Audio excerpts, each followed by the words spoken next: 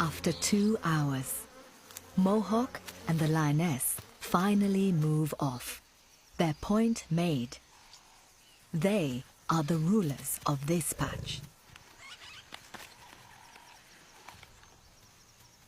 Frustrated Chip can finally continue her flirtation. As the light fades, the couple reunites.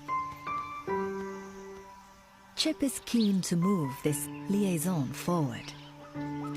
But this is Kaingo's first attempt at mating too, and he's yet to be won over by her.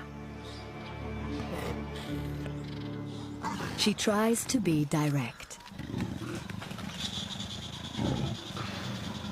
and brazenly sits on his head. A clumsy move.